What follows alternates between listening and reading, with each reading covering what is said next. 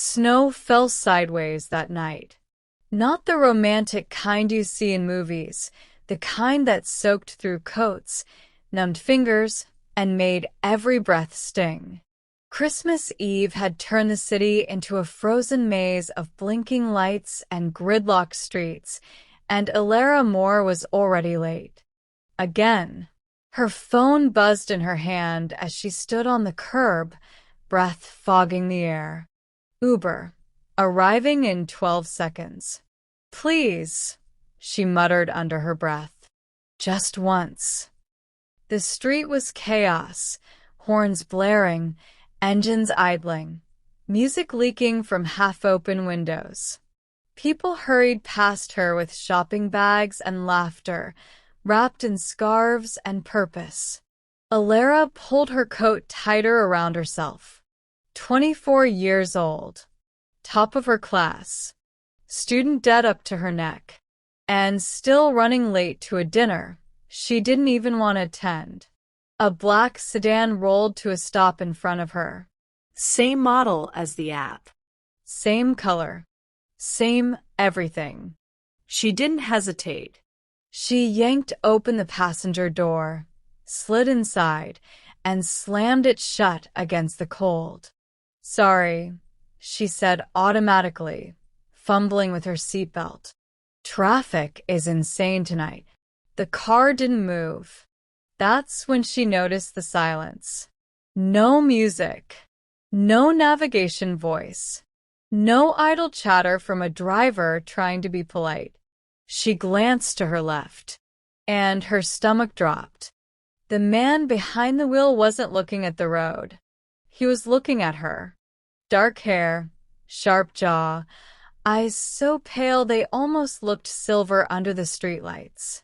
He wore a black coat tailored within an inch of its life, hands resting calmly on the steering wheel like this was exactly where he meant to be.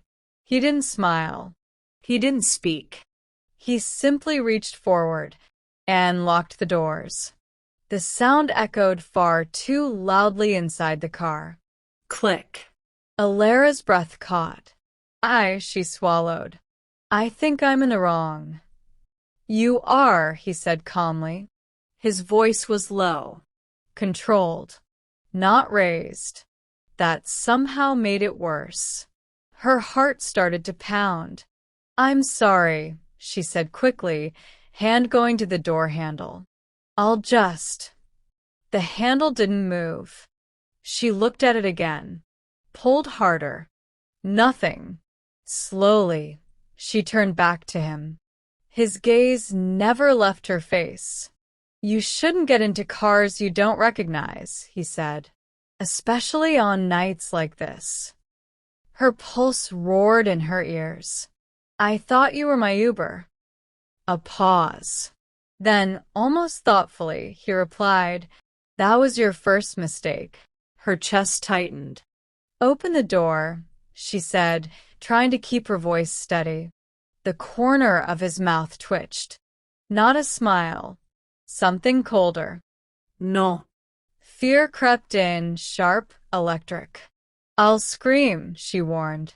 I know. People will hear me. They won't. The certainty in his tone made her stomach twist. The car finally moved, pulling away from the curb and into traffic. Stop the car, she said. He didn't. Stop the car. He exhaled slowly, like she was tiring him.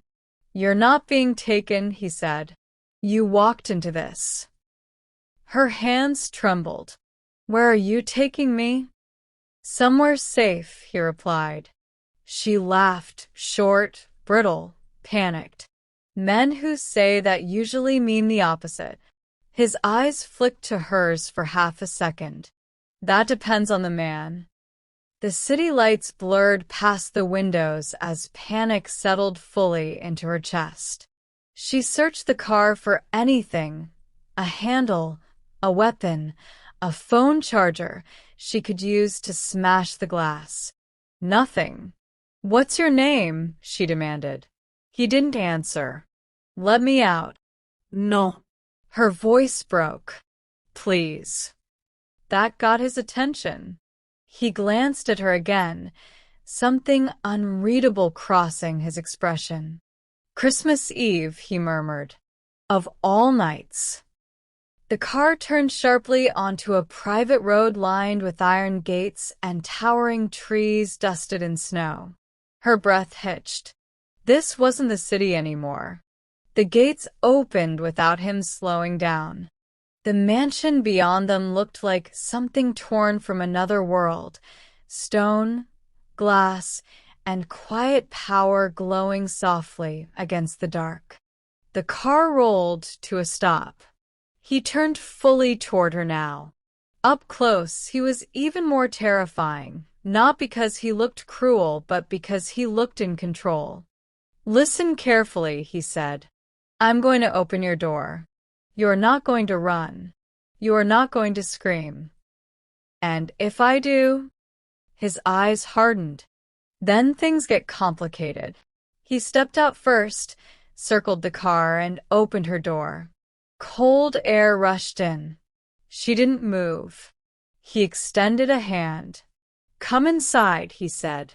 You're not leaving tonight. Her voice shook. Why? For the first time since she'd gotten into the car, he hesitated. Then he said quietly, Because someone tried to kill me an hour ago. Her blood went cold. And now, he added, eyes locking onto hers, they think you're with me. Alara didn't remember walking through the front doors.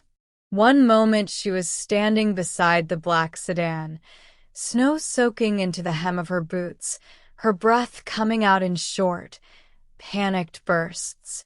The next, she was inside a cavernous foyer where warmth wrapped around her like a heavy coat she hadn't asked for. The doors closed behind her with a final, echoing thud. That sound, solid, deliberate, did something to her chest. She turned sharply. The doors were massive. Solid wood reinforced with iron. Beautiful in the way things were beautiful when they were designed to keep people out or in. Don't, the man said calmly, as if he could read her thoughts. She spun to face him. Don't what? Test them, he replied. They won't move unless I want them to. Her jaw clenched. Then let me leave. He shrugged out of his coat and handed it to a man who had appeared silently from somewhere to the left. Alara hadn't even noticed him approach, and that scared her more than anything else so far. Later, he said, if things go the way I expect, that's not an answer. It is, he said, finally turning to look at her fully. Just not one you like. The foyer stretched upward for 2 full floors, chandeliers casting warm gold light over marble floors and dark wood staircases. Everything screamed money. Old money. Dangerous money. She wrapped her arms around herself. This is kidnapping, she said. His gaze sharpened.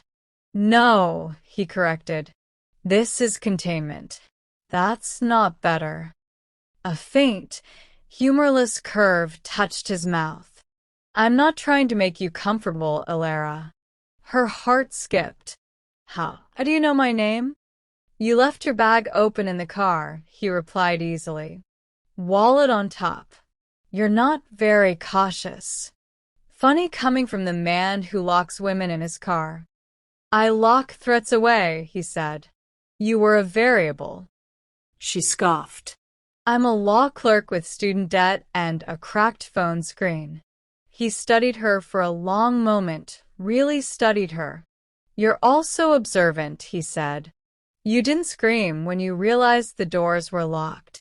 I froze, she snapped. Exactly. That unsettled her more than she wanted to admit. He gestured toward the wide staircase. You'll be staying in the East Wing. Guest room. Door unlocked. You are not restrained. And if I try to leave, then you'll be stopped. By you? by the house. She stared at him. You're insane. A pause. Then he said quietly, I know. A woman appeared from a side corridor. Older, gray hair pulled into a bun, apron dusted with flour. Her eyes softened immediately when she saw Alara. Ah, she said warmly. You must be frozen, poor thing. Alara blinked, thrown by the kindness. Rosa, the man said. Der. And something warm. Yes, sir. Rosa smiled at Alara. Come.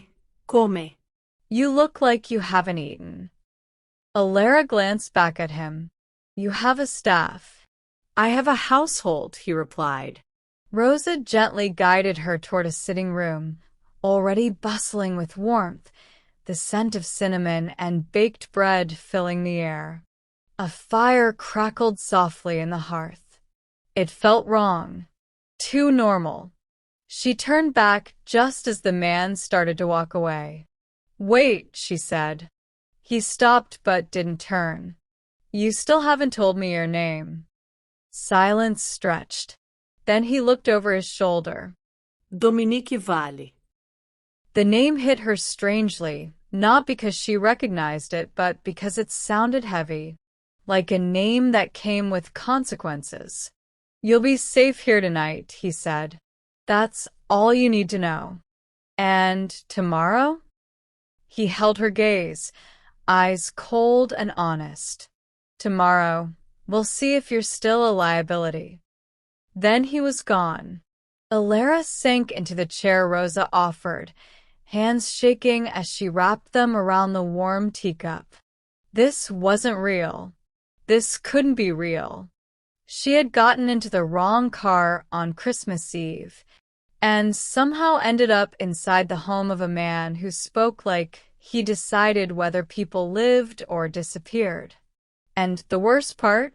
Somewhere beneath the fear, beneath the anger, beneath the instinct screaming at her to run, she felt something else.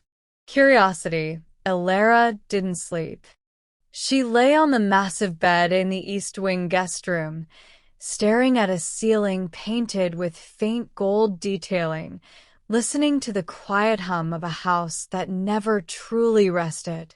Somewhere far below, footsteps echoed. Doors opened and closed softly. Low voices murmured, controlled and purposeful. This wasn't a home. It was an operation.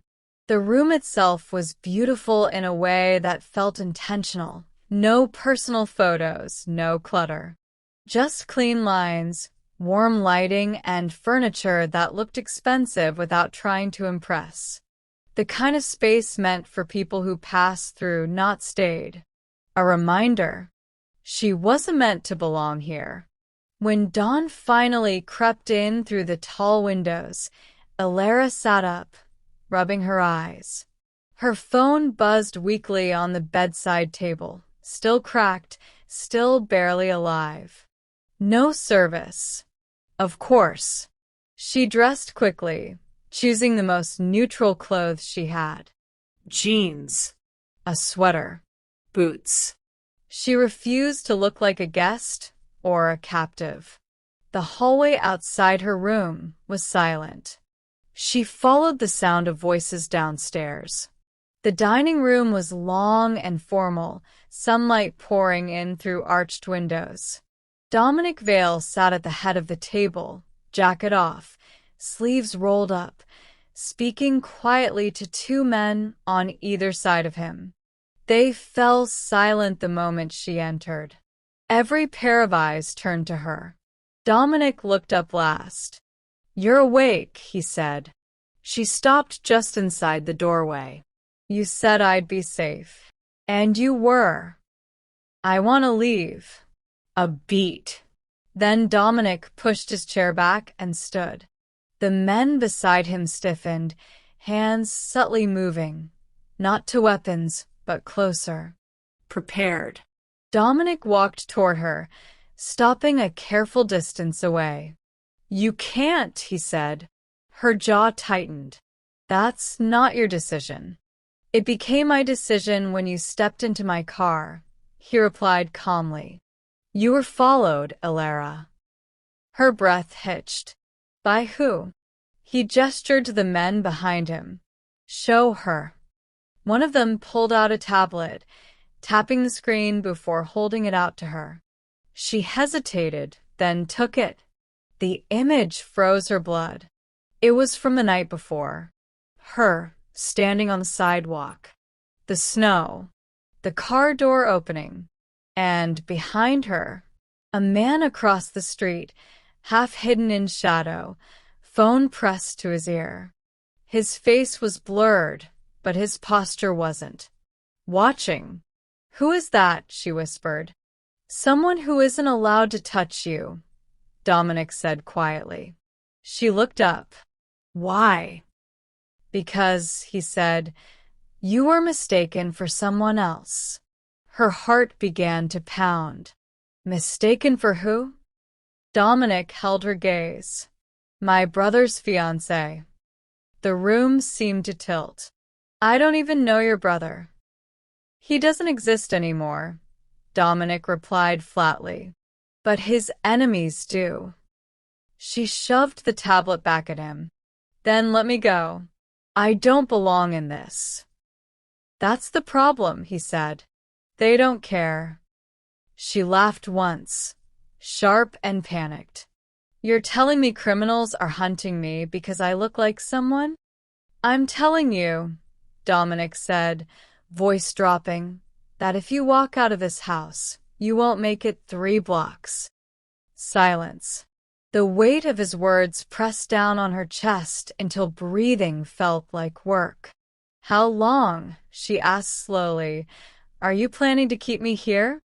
Dominic didn't answer immediately. Instead, he turned to one of the men. Clear the afternoon. The man nodded and left. Dominic looked back at her. As long as it takes, he said, for them to stop looking.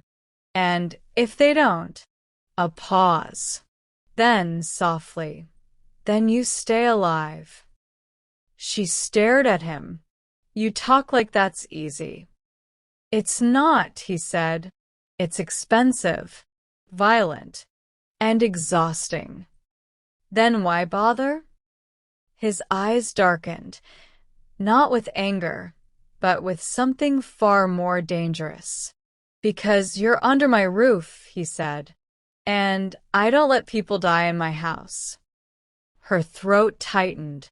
She looked around the room again, the guards, the exits, the impossible calm. She was trapped.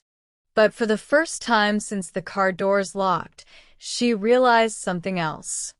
If Dominic Vale wanted her gone, she'd already be gone.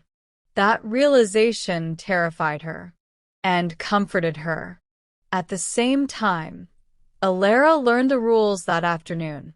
Not because Dominic announced them, not because someone handed her a list, but because every movement inside the mansion followed an invisible order, one she could feel even when no one spoke. She noticed it first in the way doors opened before Dominic reached them, in how conversations died the moment his footsteps echoed down a hallway, in how no one ever sat with their back to an entrance. This wasn't paranoia. It was training. She stood near the balcony overlooking the inner courtyard, arms folded tightly around herself, watching 2 men practice hand-to-hand combat below. Their movements were fast, efficient, brutal, ending matches in seconds. Don't stare too long, a voice said behind her. They'll think you're judging. She turned to find a woman leaning against the doorway. Late 20s. Sharp eyes. Hair pulled back tight. Dressed in black like everyone else, but with a presence that felt earned, not enforced. I'm Mara, the woman said. I keep people alive around here. Alara swallowed. That's comforting. Mara smirked. It's supposed to be. They stood in silence for a moment. Then Mara spoke again. You didn't scream. Cry. Or beg to leave this morning. I did ask, Elara said quietly. Yes. Once. Mara studied her. Most people don't stop. What happens to them? They learn faster. That didn't help. Mara pushed off the wall. Come on. If you're going to be here, you should know where you're allowed to walk without getting tackled. Allowed. Restricted areas keep breathing optional. Elara followed her through the halls, memorizing turns without realizing she was doing it. The mansion was massive but organized, security cameras placed with intention, sight lines carefully planned. This isn't a house, Elara said. No, Mara agreed.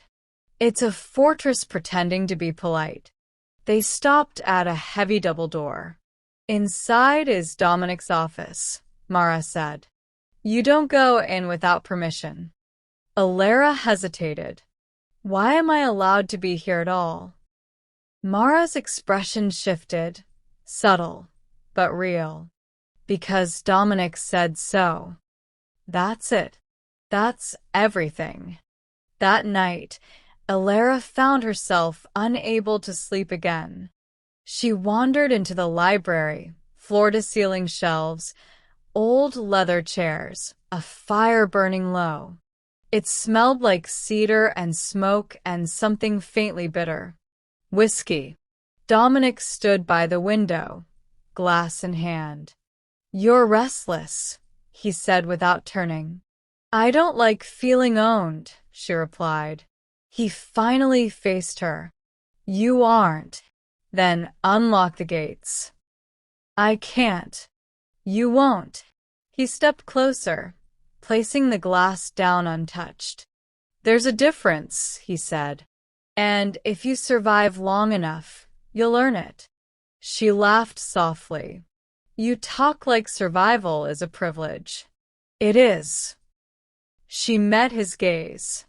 Why are you really protecting me? Silence stretched. Finally, he said, because someone once stood where you're standing. Her breath caught. And they didn't make it. The honesty hit harder than comfort ever could. Dominic turned away again. Get some sleep, Elara. Tomorrow won't be quiet. As she left the room, one thought echoed in her mind. She wasn't a guest. She was a liability. And liabilities didn't stay untouched for long. Elara learned the sound of danger before she ever saw it. It wasn't shouting. It wasn't gunfire. It was silence, too sudden, too sharp, like the mansion itself had stopped breathing. She was halfway down the east corridor when every light flickered once, then twice, and then the emergency shutters dropped. Metal screamed against stone. Elara froze. A second later, the alarms began. Not loud, not panicked, but low and pulsing, like a heartbeat speeding up. Footsteps thundered past her. Lockdown, someone barked. Hands grabbed her arm. Mara, move, she snapped, pulling Elara toward a side passage. Now. What's happening? Elara gasped. You're past, Mara said grimly. Catching up. They turned a corner and nearly collided with Dominic. He was already armed. Black coat discarded. Shirt sleeves rolled. A gun in one hand, phone in the other. His expression was calm, but his eyes were lethal. East perimeter breached, he said into the phone. Non-negotiable response. He looked at Elara. Everything hardened. You don't leave my sight, he said. Not a request. Not a threat. A rule. Mara handed Elara a small device. Press this if you get separated. It won't save you, but it'll make sure we find what's left. Alara swallowed. Comforting. Dominic didn't smile. The first shot rang out somewhere below them, then another, then screaming. Alara's heart slammed against her ribs. This is because of me, she whispered. Dominic pulled her behind him instinctively, shielding her body with his own. No, he said quietly. This is because someone thinks you're weak. Another explosion, glass shattering. Dominic swore under his breath. They're testing the house, he said, seeing how far they can push. Who are they? He glanced back at her. The men who ordered you into that car. Her stomach dropped. You knew. I suspected, he said. You weren't random. You were bait. She shook her head. I don't understand. I'm nobody. Dominic's voice lowered. No one who survives their attention stays nobody. Gunfire echoed closer now. Mara pressed a hand to her earpiece. North stairwell compromise. Dominic made a decision instantly. We move, he said. Safe room. Now. They ran. Alara's legs burned as they descended a hidden staircase. Dominic never let go of her wrist, never slowed, never looked back. They reached a steel door. Dominic slammed his palm against a scanner. The door sealed behind them with a final hiss. Inside, it was quiet. Too quiet. Alara slid down the wall, shaking. I didn't ask for this, she said weakly. Dominic knelt in front of her, finally meeting her eyes fully. No, he said. But you walked into it. She laughed hysterically. I got into the wrong car. He leaned closer. There are no wrong cars, he said softly. Only wrong men waiting at the end of the road. Their gazes locked. Something shifted. Not romance. Not fear. Recognition. You're not leaving, he added, voice low. Not tonight. Not while they're hunting. She searched his face. And after?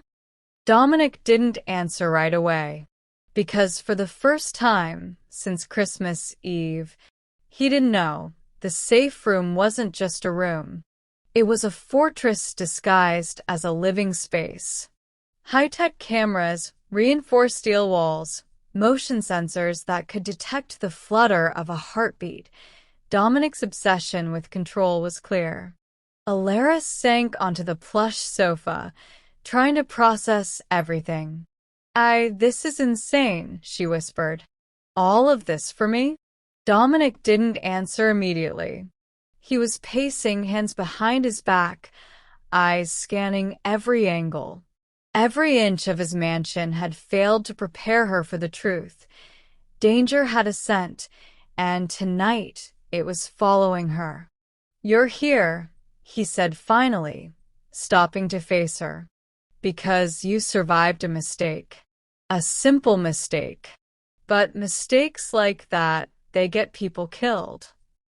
Alara swallowed hard. So, what happens now? Dominic stepped closer, voice low and deliberate. Now, you survive. You learn. Or you die. Her heart skipped. Learn what? Everything, he said, almost casually. How to read people, how to fight, how to vanish, how to not be prey. Alara laughed bitterly. You mean I'm your project? Call it what you want, Dominic said, fixing her with a sharp gaze. But you're no longer walking into the world blind. You either fight back, or they will finish you. The words hit her harder than the gunfire outside had. She had thought being protected meant safety. Now she realized it was a weapon. Dominic's weapon. And she was at the center. Do you even trust me? She asked quietly. Dominic's jaw tightened. Trust? That's a luxury we don't have tonight. A sudden beep from the security panel drew both their eyes. Red lights flashed. Dominic's expression went deadly. They found a weak point, he said. And they're coming in. Alara felt panic rise but suppressed it. For the first time, she understood. Fear was a tool, a signal, a weapon she could learn to wield. Dominic handed her a small, black device. This, he said, is your control. Use it wisely. Alara's fingers closed around it. Power, for the first time, felt tangible. She looked at him. What happens when I fight back? Dominic's lips curved into the slightest hint of a smile. Then you stop being prey and start being dangerous. Outside, the sounds of the assault intensified. Inside, the quiet of the safe room was broken only by their determination. For the first time, Alara understood. Christmas Eve didn't just bring her into the wrong car. It brought her into the wrong life. One she might just survive. If she learned to fight, Alara's fingers tightened around the device Dominic had given her. The red warning lights blinked faster, the faint sound of footsteps growing louder in the corridors outside. Her pulse pounded, not just from fear, but from a dangerous spark she hadn't known she possessed. Ready? Dominic asked, his voice calm, steady, but his eyes betrayed the storm beneath. I'm ready, she whispered, almost to herself. The first target appeared, a shadowy figure moving toward the rear exit, unaware of the cameras watching him. Alara pressed the button, and a loud metallic clang echoed through the hallway, sending him stumbling back. Dominic's eyebrows shot up. Good. Timing's perfect. Timing? She asked, heart racing. I just hit a button. He smirked. Control isn't just knowing what to do. It's knowing when to do it. Another intruder emerged, more confident, more reckless. Alara's hands shook, but Dominic guided her with a calm, steady voice. Left flank. Step forward. Don't hesitate. The device hummed under her touch. Alarms blared, lights flickered. One intruder froze, another turned, and before they could react, doors slammed, sensors activated, and the safe room's traps sent a shock through the hallway. Alara's chest heaved as adrenaline surged. She was doing it. She was fighting back. Dominic stepped closer, lowering his voice.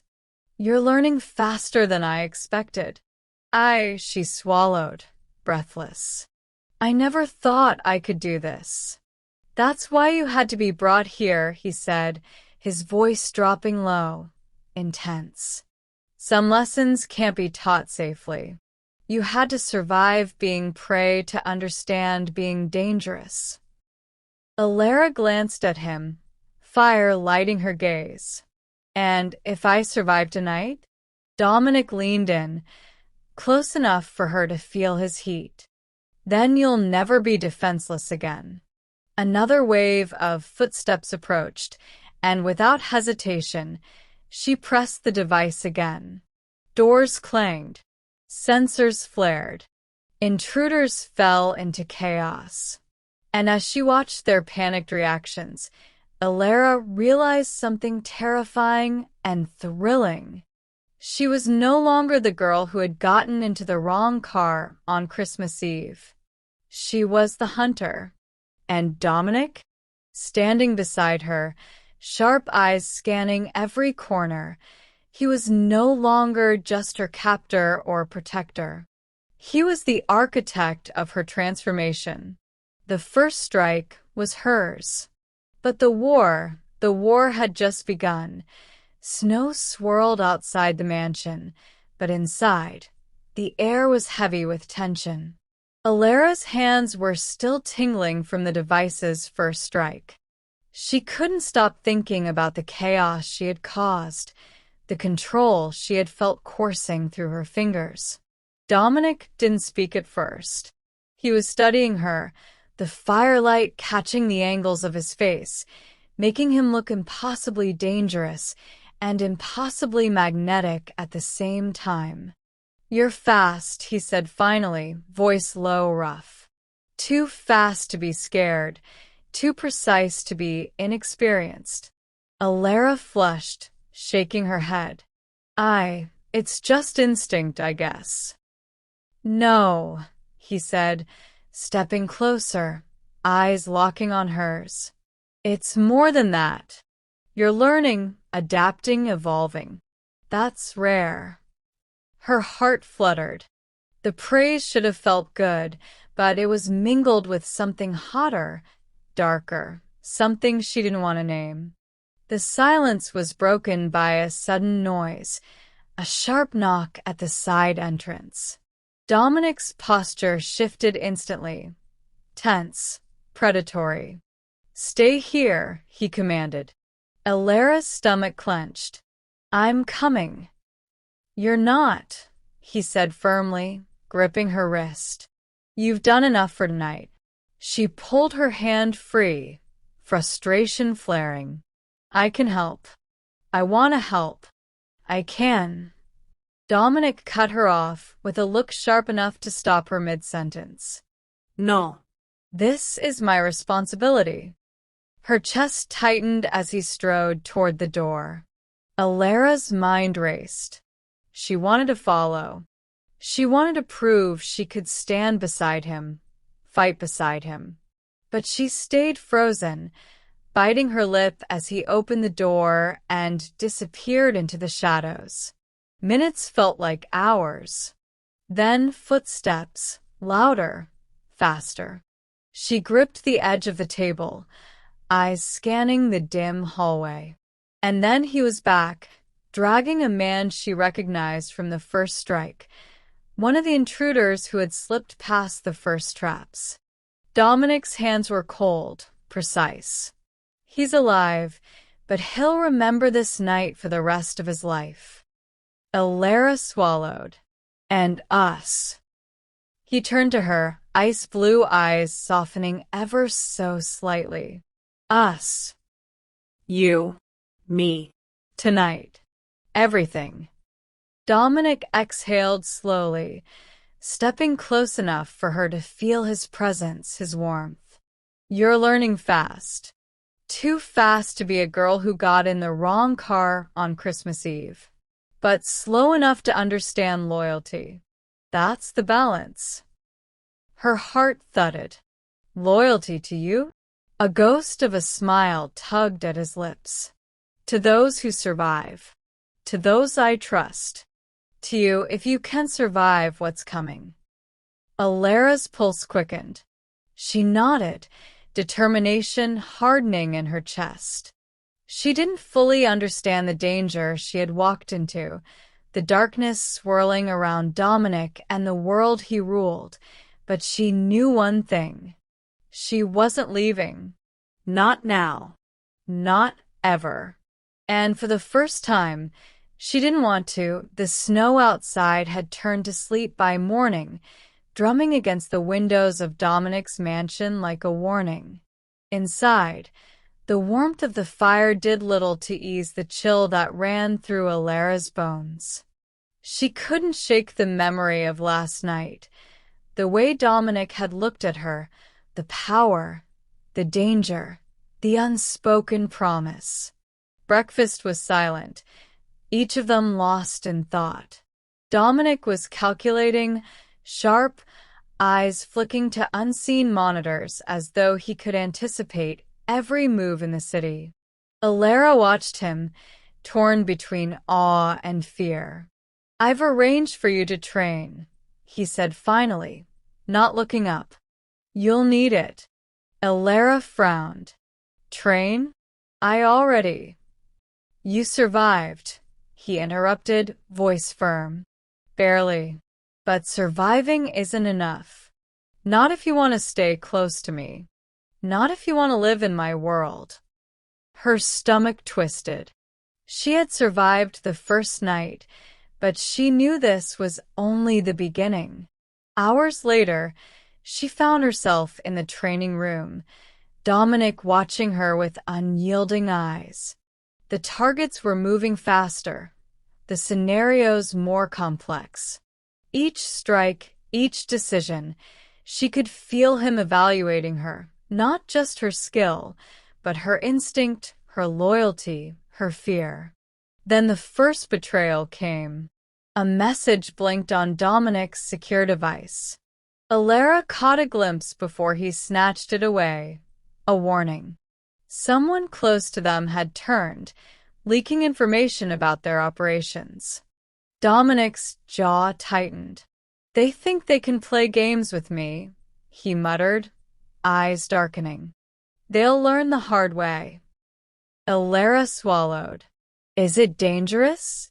He glanced at her, expression unreadable. You've already touched danger. Now it's touching you. The day spiraled into chaos. Dominic moved with lethal precision, coordinating strikes, intercepting threats, his every action a dance of fire and ice. Alara followed, trying to match his speed, his awareness, but every step reminded her of her inexperience, her vulnerability. Yet, despite the fear, a strange exhilaration coursed through her veins. She wasn't just surviving. She was learning, adapting, becoming part of his world, even if it meant stepping into shadows she could never escape. By nightfall, the city was quiet again, the immediate threat neutralized. Dominic returned to her side, hands gloved, face unreadable. You did well, he said finally, almost reluctantly. Better than I expected. Alara's chest swelled with pride. So, I'm ready? He shook his head. No. Not ready, but closer than you were yesterday. Closer to surviving me, to surviving this life. Her heart ached and raced at the same time. She wanted more. She wanted to prove herself. To belong. To him.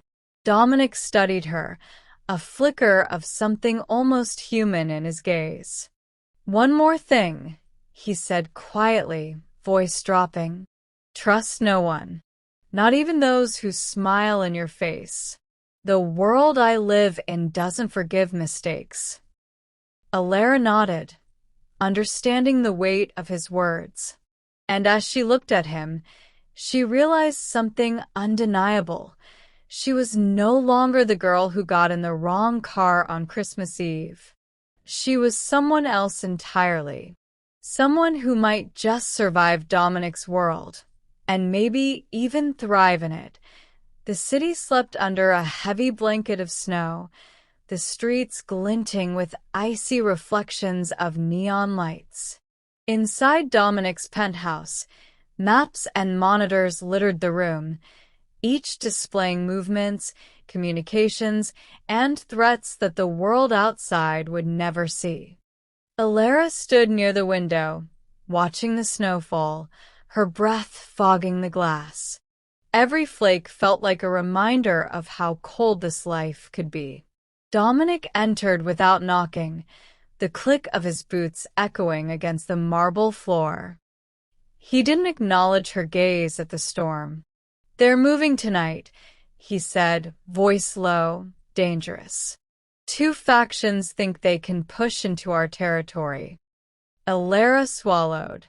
What do you want me to do? Observe, learn, adapt, he replied, eyes scanning the monitors. Mistakes are expensive. Your mistake could be fatal. She nodded, heart pounding. The previous night's training had sharpened her reflexes, but this was real, life and death, not drills.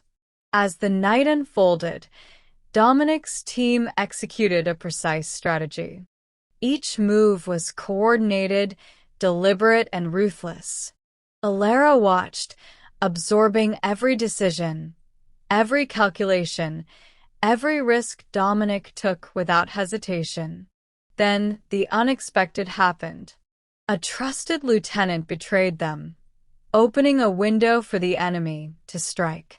Dominic's expression didn't change, but the room tensed. He didn't speak, but his presence alone commanded action. Alara realized she was the only one positioned to intercept a key message that could tip the balance. She hesitated. Her fingers hovered over the device. Then, with a deep breath, she acted. She intercepted the communication, rerouted it, and handed Dominic the advantage. His eyes met hers, sharp, appraising, almost approving. "You've got instincts," he said, voice low, almost a growl. "Good. But instincts without control will kill you."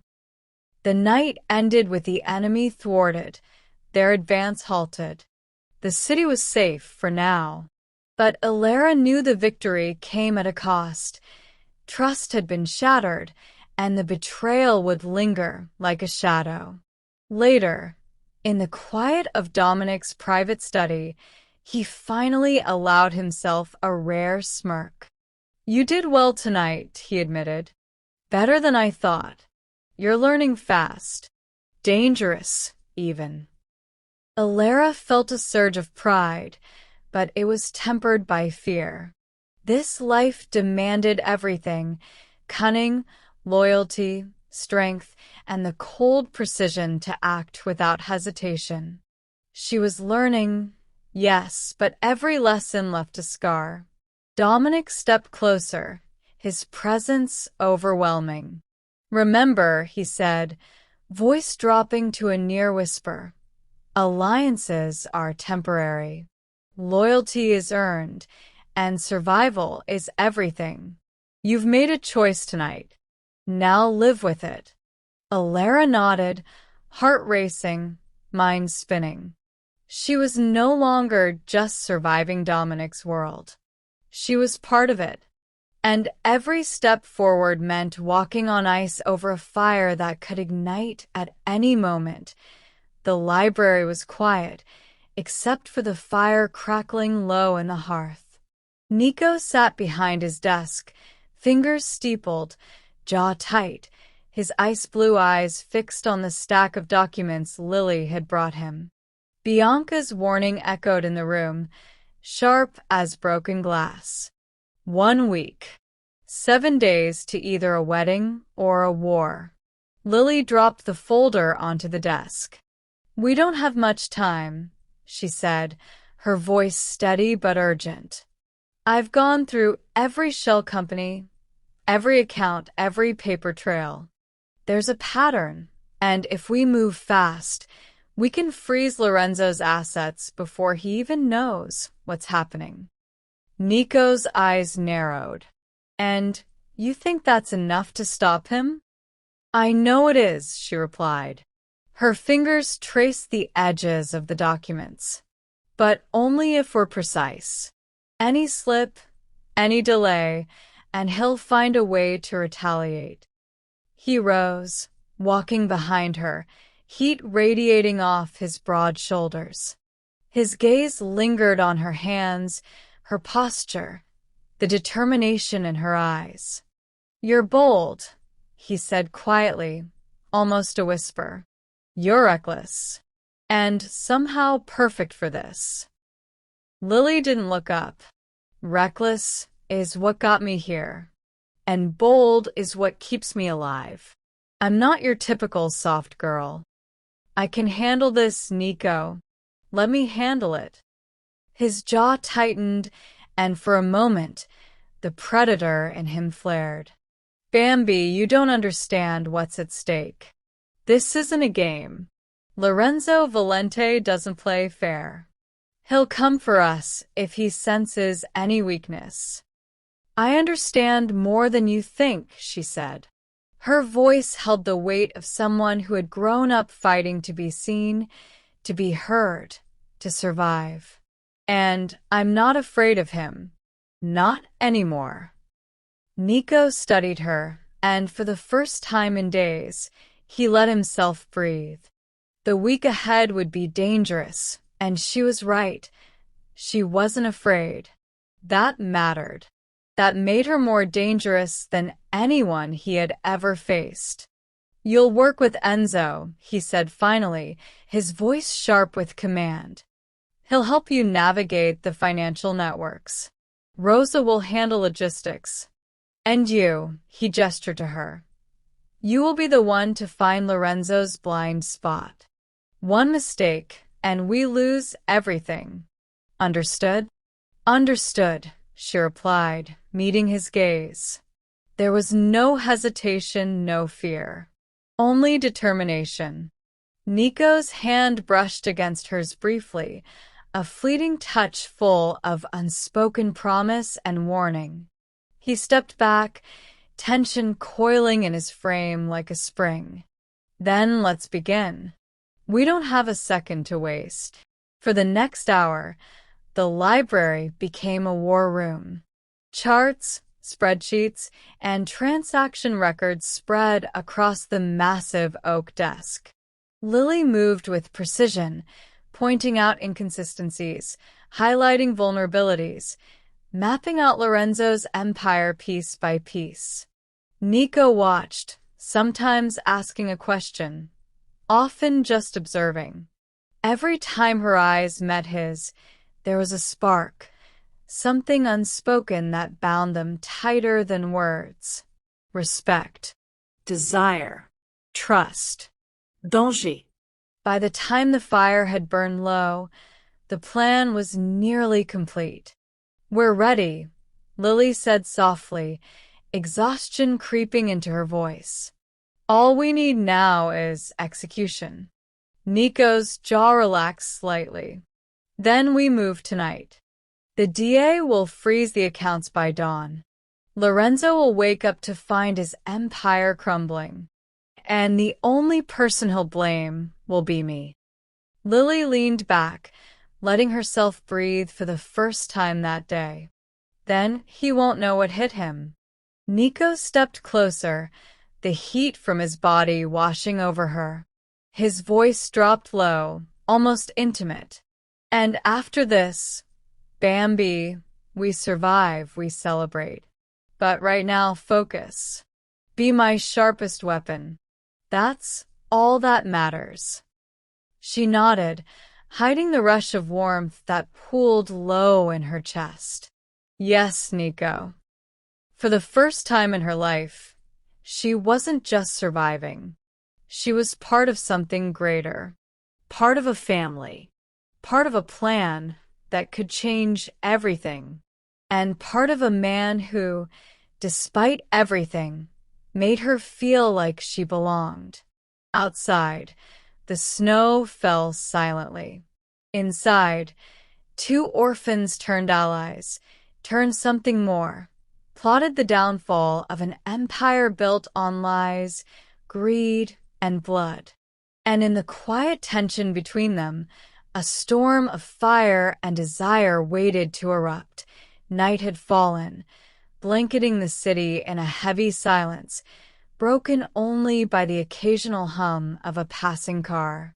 The streets glistened from the earlier snow, reflecting neon signs like fractured jewels. Lily and Nico moved with purpose, their team coordinated and silent.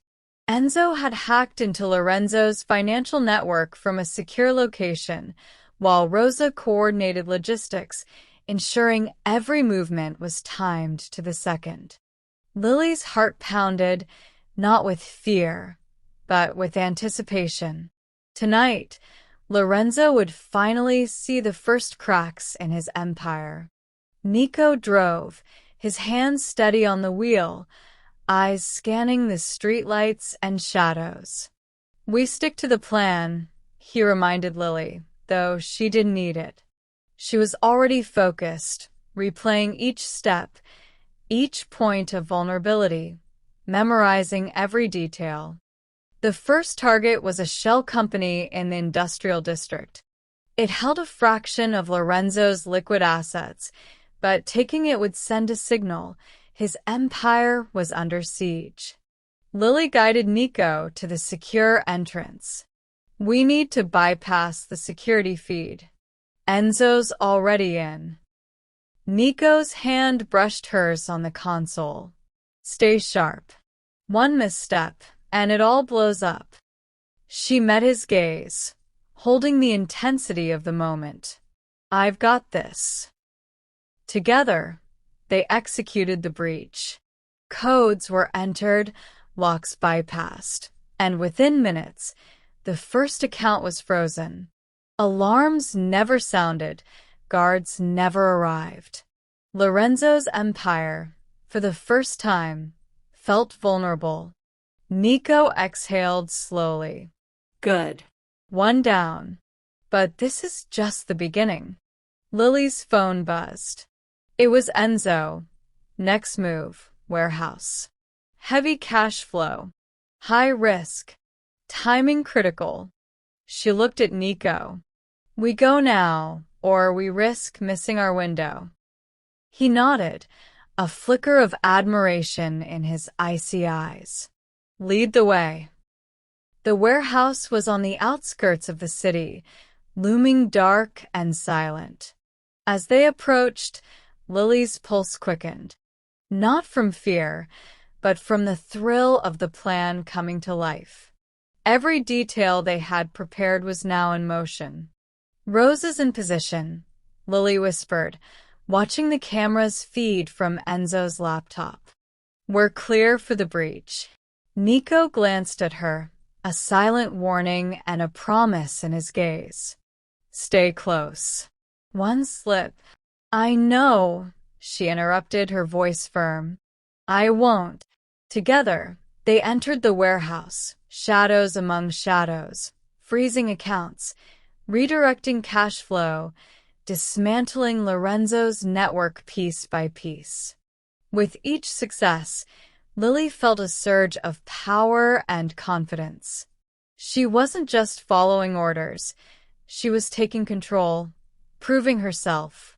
By the time they exited, the city's snow-covered streets were quiet again, but the impact of their strike was already rippling through Lorenzo's empire. Nico finally allowed himself a small smile, a rare crack in his stoic exterior. Not bad, Bambi, he murmured. Not bad at all. Lily's lips curved into a tired but triumphant smile. We're just getting started. Outside, the storm of snow continued, hiding them from prying eyes. Inside, two people who had found each other in chaos were about to ignite a war that would change everything. An empire under threat, a rival mafia at the gates, and a love forged in fire. Morning broke over the city, cold and merciless. Lorenzo's penthouse overlooked the streets like a king surveying his kingdom, but today, the view brought no comfort, only fury. His empire had been hit overnight. Accounts frozen, cash stolen, reputation bruised. Lorenzo slammed his fist on the mahogany desk, the sound echoing through the lavish office. His men flinched. Who did this? He demanded, voice like steel. A bodyguard swallowed hard. Sir, it seems coordinated. Highly precise. They know your network better than we thought. Lorenzo's eyes darkened, a storm brewing behind the cold veneer. Find them. Every single one. I don't care if it takes the city. I want them brought to me. Back in the shadows, Lily and Nico watched the news feed, the financial networks, and the panic spreading through Lorenzo's empire. Nico's jaw tightened. He's going to strike back harder. He won't just sit quietly. Lily's hands hovered over the laptop, tracing the next phase of their plan. We expected that. And we're ready. We hit him where it hurts, then vanish before he can touch us. Nico studied her, noticing the fierce determination in her eyes. You've changed since we started this, he said quietly, almost as a warning. This isn't just about the money anymore. She met his gaze, unwavering. I'm not afraid of him. Not anymore. Hours later, the first retaliation came. A car belonging to one of their associates exploded in a fiery ball on a deserted street. News spread like wildfire. Lorenzo was warning them. Nico's hand tightened around hers as they watched from a safe distance. This is going to escalate fast. Lily nodded. Let him try. We've already planned our next move. He won't see it coming. As night fell, a new plan was set into motion. This time, the target was not money, but Lorenzo's pride, a nightclub, the crown jewel of his empire. The place pulsed with music, oblivious to the storm approaching. Lily slipped inside, dressed in black, her presence almost ghost-like. Nico followed, a silent shadow. Together, they moved with lethal precision, leaving chaos in their wake.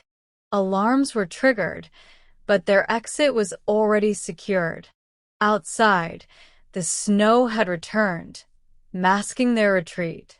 They melted into the city, leaving Lorenzo's nightclub in flames, both literally and figuratively. Nico finally allowed himself a small, grim smile. He'll come for us now. Personally. Lily's eyes gleamed with a mix of adrenaline and excitement. Then we'll be ready. Let him come. I'm not running anymore. The war had begun. Lorenzo had realized his empire could be shaken, and Lily had discovered a strength she never knew she possessed. In the shadows of the city, two forces were about to collide, and nothing would ever be the same. The city was quiet, almost eerily so. Snowflakes drifted lazily across the streets, masking the chaos that had erupted just days before. In the heart of it all, Lily and Nico prepared for the inevitable. Lorenzo wasn't the type to forgive or forget.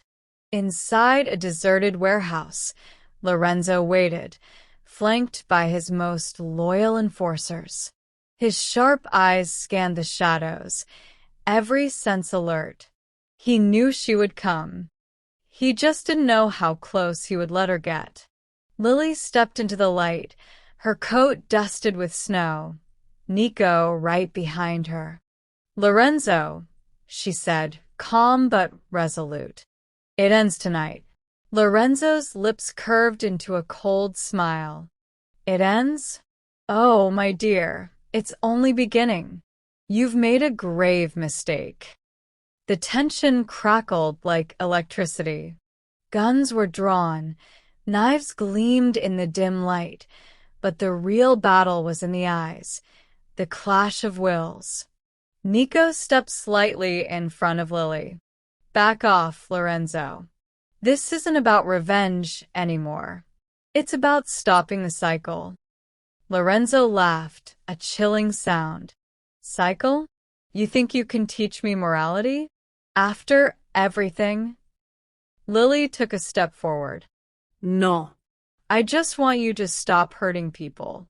And this ends with me walking out alive, or you finally seeing the consequences of your actions. The confrontation exploded into action. Chaos erupted, gunfire, shouts, and the sound of glass shattering. Lily moved with precision, taking down threats without hesitation. Nico covered her flank, his loyalty unshakable. Finally, it was just her and Lorenzo, face to face. Bloodied but unbroken, Lily stared into the man who had once terrified her. You could have walked away, Lorenzo said, his voice low, almost pleading. But you chose this. I chose survival, Lily replied. And maybe justice. In a swift, decisive move, she disarmed him, forcing him to the ground. Nico held the remaining men at bay, ensuring no interference. Lorenzo glared at her, pride and fury warring in his eyes. You won't get away with this, he hissed. Lily leaned closer, her voice steady. Maybe not, but I'll live to see stopped. Police sirens wailed in the distance. Lorenzo's empire had crumbled, his network dismantled. For the first time, he realized the power he had lost, not just over his territory, but over the people who dared defy him. As officers swarmed the warehouse, Lily and Nico slipped away into the night, leaving Lorenzo behind, defeated but alive. A reminder that even the most powerful can fall. Snow fell gently around them as they walked side by side, bruised but triumphant. It's over, Nico said softly. For now, Lily corrected, a small, wry smile on her lips. But we survived. And that's what matters. The city was quiet again, but this time, Lily walked it not in fear, but in victory. She had faced a monster and survived. And in the silent glow of the Christmas Eve snow, a new beginning awaited.